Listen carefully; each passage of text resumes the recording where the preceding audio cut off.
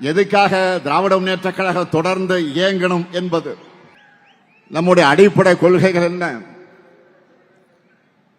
சமூக நீதி, சுயமரியாதை, மாநில சுயாட்சி, மொழி உணர்வு, இன உணர்வு. மொழி உணர்வையும் இன உணர்வையும் எடுத்துக்கிட்டா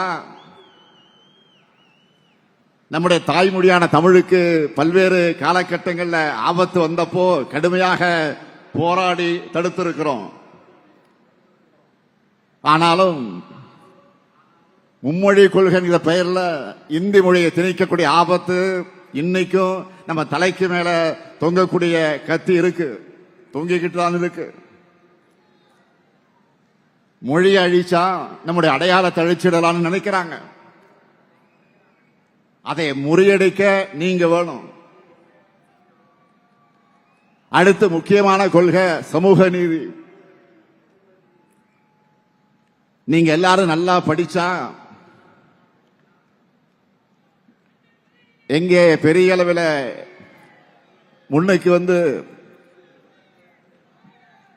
அதை தொடர்ந்து டிகிரி வாங்கி இருப்பீங்க.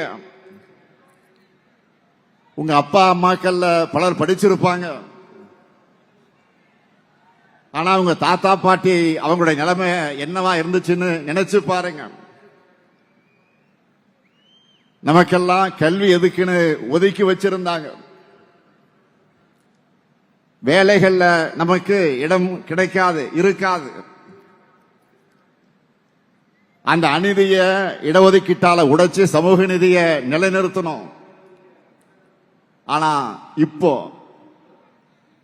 நீட் போன்ற தேர்வுகளை கொண்டு வர்றது பழைய நிலைமையை உண்டாக்குறாங்க.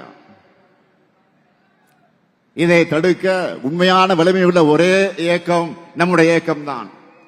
அதுக்கு தான் நீங்க வேணும்.